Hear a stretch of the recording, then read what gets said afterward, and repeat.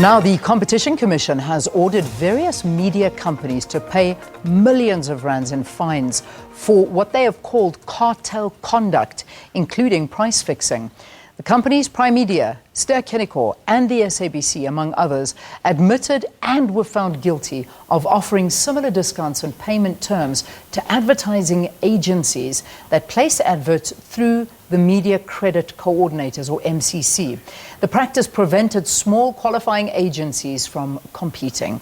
With us in studio, we've got Sipho Ngwema. He's the spokesperson for the Competition Commission of South Africa. Sipho, thanks for coming in. It's good to have you here on the program. Leanne, thank you very much, and thanks for having us on the program. So now, talk to me, just let's get a better understanding as to what's been found. How did this MCC operate? The media companies, I think it's about 30 of them, including MCC itself, they came together as players in the industry. But what they did was to determine, firstly, they accredited advertising agencies. And then thereafter, they determined how much discount were accredited ones going to get and how much discount were the small ones, which were not accredited, going to get. So the small ones got 15% and the big ones got 16.5%. That means you're driving traffic towards the big ones, but also you're raising the barriers for the small ones, and then they don't get business. So the biggest problem in terms of competition is that these 30 companies, media companies, they are in competition with one another, and therefore they have no business sitting together determining how much prices are going to charge, what would be the trading conditions, because that's exactly what they must do. They must compete so that those who are looking for their services can be able to shop around. But when you then don't do that, you make it difficult for your consumers to shop around. And this is why they are guilty of anti-competitive conduct, and they have agreed to pay those various fines. Yeah. Now, I'm also reading that some of the findings is that these three companies, Ster-Kinekor, SABC and Prime Media, they employed an intermediate company named Corex to perform risk assessments on advertising agencies as well. So this went even bigger than just colluding. Exactly. You must remember that all these advertising agencies, in fact, they're looking for ad space in all these companies. And therefore, these companies are supposed to compete for the services of those 8 agencies. But they employed Cortex to do that on behalf of all of them. And this is what they shouldn't do. Each company must operate individually. And when they come together and do that, that's price fixing, that's determining trading condition, and that's in breach of the Competition Act. This has been going on now, you were saying, since 2011. That's when this investigation first started. Yes, indeed.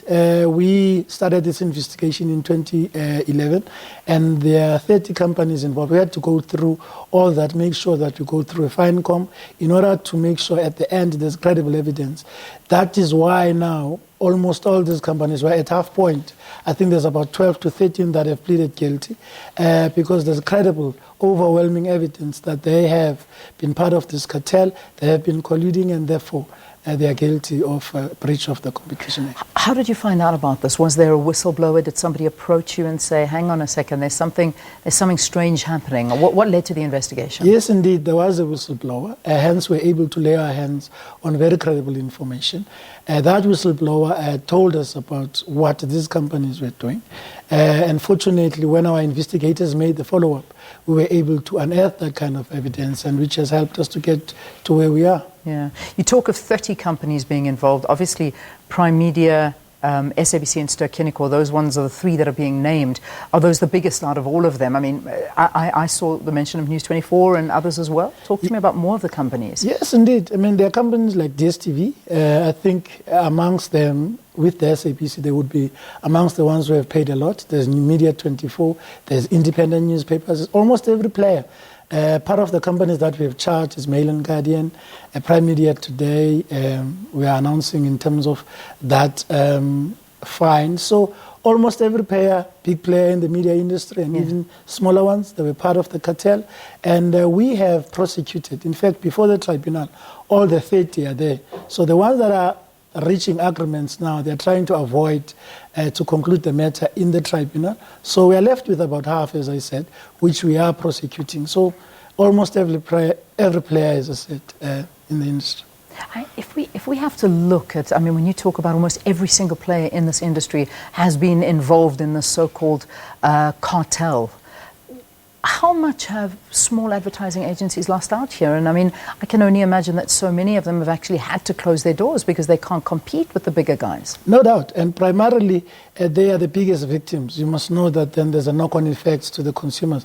But this is why the remedy is structured in such a way that it empowers small advertising agencies, because a huge chunk, for example, a company like the SABC is going to then contribute about 18 million to the Economic Development Fund, which is administered by MDDA. MDDA is responsible for small media companies, so that money must go to the development of those companies, help them to start up those companies, help them in all sorts of ways. But also, if you also look at the SABC example, for the next 3 years, annually, they will be contributing about 40 million advertising space, which they are going to give to small advertising agencies. And that will be 10%. And in turn, the small advertising agencies will be able to offer those to their clients. So we are trying, and this is what all the other companies are going to do. Each and every one of them. Ster-Kinekor, Prime Media, for example, is going to contribute about 3.4 million into that fund. So that fund, at the end of the day, must go back to empower small agencies, offer bursaries to people who want to do marketing and advertising. Because of the damage that has been caused by the cartel, we are trying to minimize it. Look, that is the one good thing to come out of this, is to try and benefit the industry as much as it possibly can. I see that in terms of monetary, has the SABC been the one that has been hardest hit by this, with a 31.8 million rand fine to pay? Is that the largest fine so far? At the top of my head, I suspect that the SABC and Media 24 and DSTV would be the ones who are amongst the highest. Between the SABC and DSTV, they are probably amongst the highest. If the SABC is the highest, it will be because it has got a higher turnover. So the fines are determined in terms of the turnover.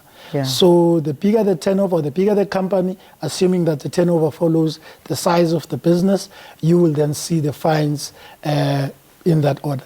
I suppose I have to ask, I mean, has the SABC addressed this? We do know the financial difficulty that the corporation finds itself in right now. And I mean, another 32 million to add to its already laden debt cost. Has this been addressed?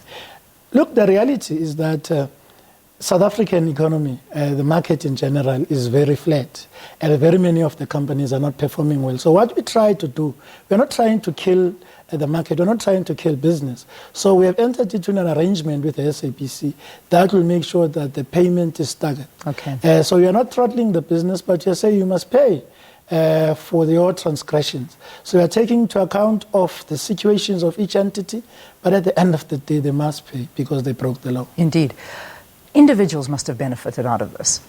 It couldn't have just been the companies. Were there individuals fingered in this? Are they going to be held to account for this?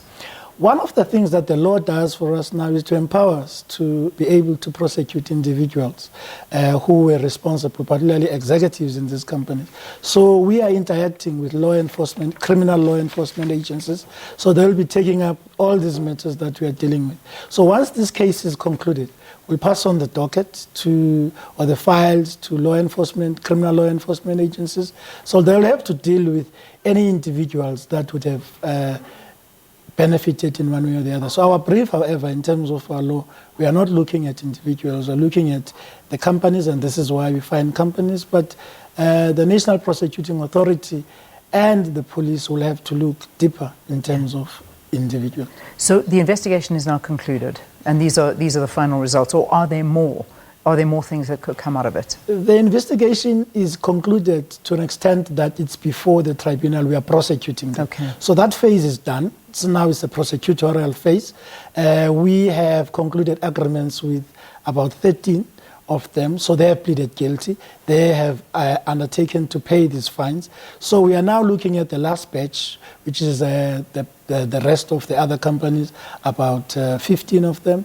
So we'll be able to say it's done when once a decision has been pronounced on all of them. So they are coming, they are negotiating with us, so we hope that we should be able to finish it as soon as possible. Let's look going forward now, because obviously these companies need to be monitored. There need to be processes now in place to ensure that this doesn't happen again. What will happen? Yes, we are closely monitoring the companies. We've also made them to undertake that they will never do or be found guilty of these offences again. We know that companies, for example, like the SABC and DSTV, we are investigating them for another breach, which is slightly different from this one. So, but we constantly monitor these companies to make sure that they stay within the Act. All right, we leave it there for now. Thank you very, very much for talking to us here on Morning Live. This is a case that came out yesterday, the findings. However, it's been under investigation since 2011. It's been basically described as a cartel conduct with different media organizations colluding when it comes to price fixing for advertisers, and those key ones mentioned, Prime Media, Ster-Kinekor and the SABC, amongst others. DSTV, News 24 as well as many others have also been fined and have been found guilty of this. Sipho Ngwema, I beg your pardon, Ngwema is the spokesperson for the Competition Commission of South Africa. Thanks very, very much for your time. Leanne. Let's take a break. We'll see you after this. Stay tuned.